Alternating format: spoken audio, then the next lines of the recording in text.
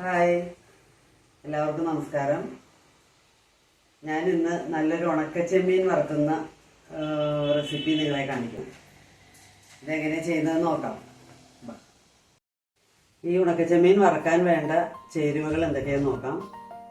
ഉണക്കച്ചെമ്മീൻ ഞാൻ കിള്ളി കഴുകി വെച്ചിരിക്കുകയാണിത്. പിന്നെ കുറച്ച് വെളുത്തുള്ളി, അത് തോല് കളഞ്ഞിട്ടില്ല, അതിൻ്റെ പുറത്തെ തൊലി മാത്രമേ ഇങ്ങനെ കളഞ്ഞിട്ടുള്ളൂ. കുറച്ച് വേപ്പില, മഞ്ഞൾപ്പൊടി, മുളക് പൊടി, ഉപ്പ്, വെളിച്ചെണ്ണ. ഇത്രയും സാധനങ്ങൾ വെച്ചാണ് നമ്മൾ ഇത് ചെയ്യാൻ പോകുന്നത്. ആദ്യം നമുക്ക് ഈ ചെമ്മീൻ ഒന്ന് ഉപ്പ് പുരട്ടി വയ്ക്കാം. അതിന് ഒരു പാത്രത്തിലേക്ക് മാറ്റി ഇതിലേക്ക് അല്പം ഇതിനാവശ്യമുള്ള ഉപ്പ് ഇട്ട് കൊടുക്കാം. നല്ലപോലെ കൈ കൊണ്ട് തിരിഞ്ഞ്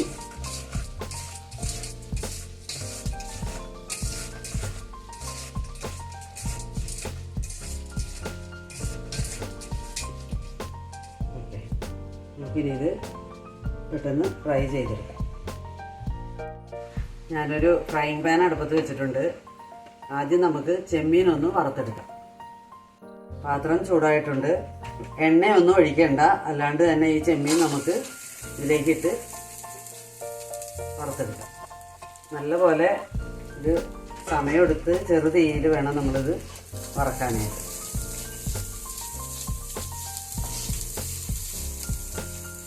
എണ്ണ ഒഴിക്കണ്ട. ഇത് ഈ ജലാംശമൊക്കെ നല്ലപോലെ വരിഞ്ഞ് നമ്മൾ പൊടികളൊക്കെ ചേർക്കുമ്പോൾ മാത്രമേ ഞാൻ എണ്ണ ഒഴിക്കുന്നുള്ളൂ.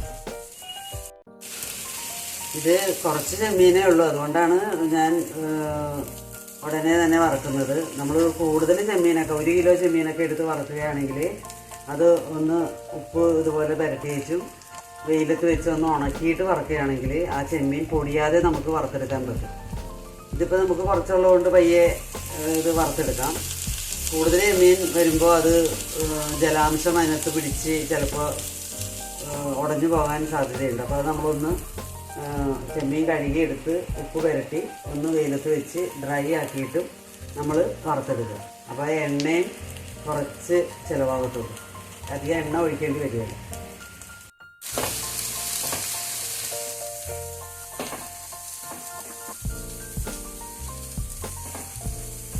ഇത് കുറച്ച് സമയം എടുക്കും ഇത് ഒന്ന് ഡ്രൈ ആയി വരാൻ.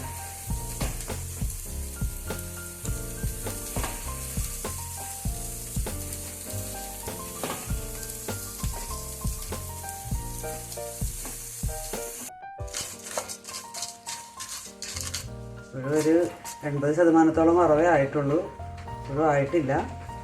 അത് കുറച്ചുകൂടി ആകാനുണ്ട്.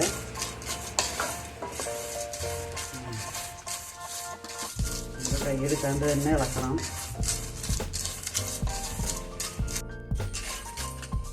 ഏകദേശമായിട്ടുണ്ട്. എപ്പോഴും നമ്മൾ ഒരേപോലത്തെ ചെമ്മീനായിരിക്കാൻ പ്രത്യേകം ശ്രദ്ധിക്കണം. പിന്നെ ഒരുപാട് അങ്ങോട്ട് ഡ്രൈ ആക്കുകയും ചെയ്യരുത്. ഇങ്ങനെ കറക്റ്റ് ടൈമിലെടുത്തില്ലെങ്കിൽ കരിച്ചൊക്കെ തോന്നും നമുക്ക്. ഇപ്പോൾ ഏകദേശം ആയിക്കൊണ്ടിരിക്കുകയാണ്. ഞാൻ ഇതുവരെ വെളിച്ചെണ്ണ ഒഴിച്ചിട്ടില്ല. എണ്ണയൊന്നും ഒഴിക്കാണ്ട് തന്നെയാണ് ഇത് ഞാൻ ഫ്രൈ ചെയ്തുകൊണ്ടിരിക്കുന്നത്. സ്ഥലമൊക്കെ മാറിത്തടയും. ഈ വറവിലാണ് ഇതിൻ്റെ രുചി ഇരിക്കുന്നത്. വലുതായിട്ടില്ല. ഇത് മുഴുത്ത ചെമ്മീനായതുകൊണ്ടാണ് ഇത് താമസം.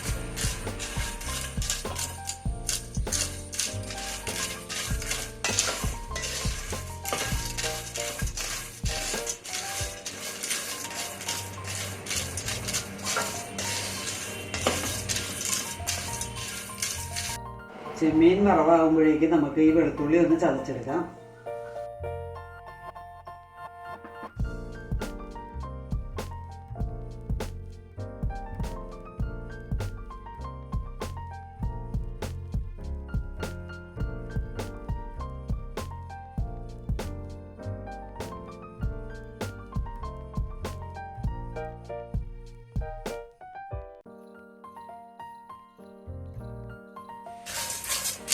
നമ്മുടെ ചെമ്മീൻ വറവായിട്ടുണ്ട്. നമുക്കിത് മാറ്റിയിട്ട് ഇതിൽ ഉള്ളി മുട്ടിക്കാം.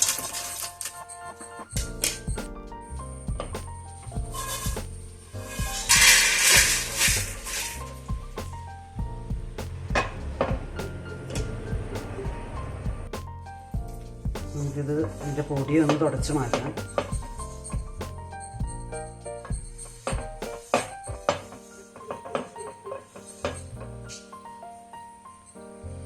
നമുക്കിതിലേക്ക് എണ്ണ ഒഴിക്കാം.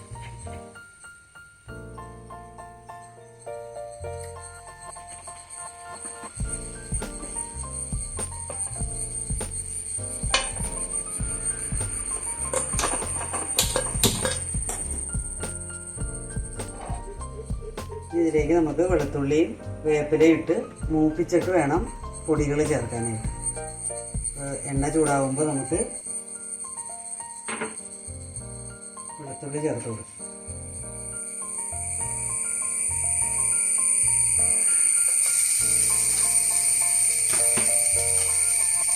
വേപ്പില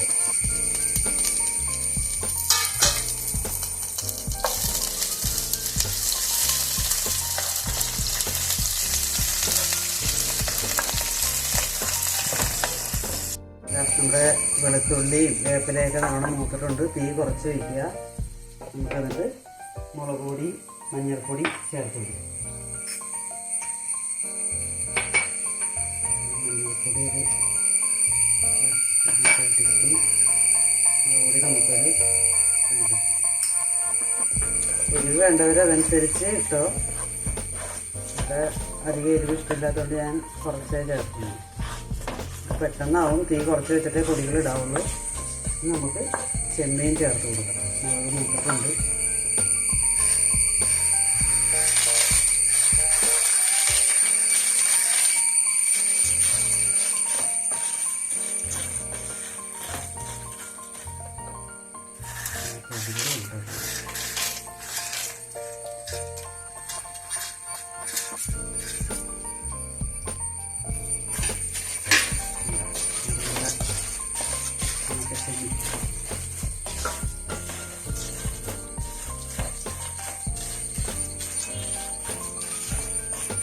ഇത്രയേ ഉള്ളൂ ഇതിൻ്റെ പണി.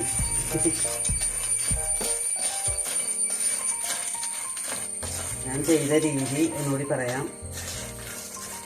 നമുക്ക് ചെമ്മീൻ തലയും വാലും അതിൻ്റെ നടുവിലത്തെ രോമവും ഒക്കെ കിള്ളി കളഞ്ഞിട്ട് നല്ലപോലെ കഴുകി വാരിയെടുത്ത് ഉപ്പ് തിരുമ്പി വയ്ക്കുക.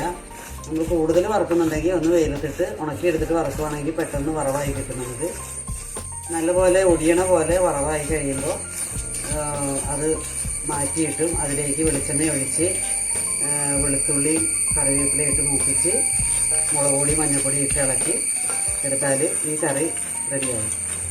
ഇങ്ങനെ ചെയ്താൽ നല്ല ടേസ്റ്റാണ്. നമുക്ക് വിദേശത്തേക്കൊക്കെ കൊടുത്തു വിടാം. നല്ല പണി കഴിഞ്ഞു. ഞാനെന്താ തീ ഓഫ് ചെയ്തു. ഇത് ഇനി തണുത്ത് കഴിയുമ്പോൾ നമുക്ക് കുപ്പിയിലാക്കി സൂക്ഷിച്ച് വയ്ക്കാം. ആവശ്യത്തിന് മാത്രം എടുക്കുക. അത് നമ്മൾ നനഞ്ഞ കൈ കൊണ്ടോ നനഞ്ഞ സ്പൂൺ കൊണ്ടോ ഒന്നും എടുക്കാണ്ട് പയ്യെ എടുത്താൽ അത് കേടാകാതിരിക്കുകയുള്ളൂ. അതുപോലെ നമ്മൾ സൂക്ഷിച്ച് വേണം ഇത് എടുക്കാനായിട്ട്. അപ്പോൾ നമ്മുടെ ഉണക്കച്ചെമ്മീൻ തണുത്തിട്ടുണ്ട്. നമുക്കിത് ഒരു ബോട്ടിലാക്കി സൂക്ഷിക്കാം.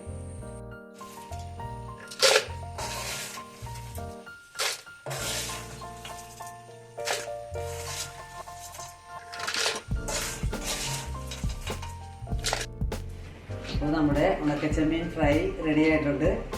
ഇത് നമുക്ക് സൂക്ഷിച്ച് വെച്ച് കുറേശ്ശെ ചോറിൻ്റെ കൂടെ കഴിക്കാം. അതുപോലെ ഒരു ടിന്നിലാക്കി നല്ലപോലെ അടച്ച് സൂക്ഷിച്ച് വെച്ചാൽ മതി.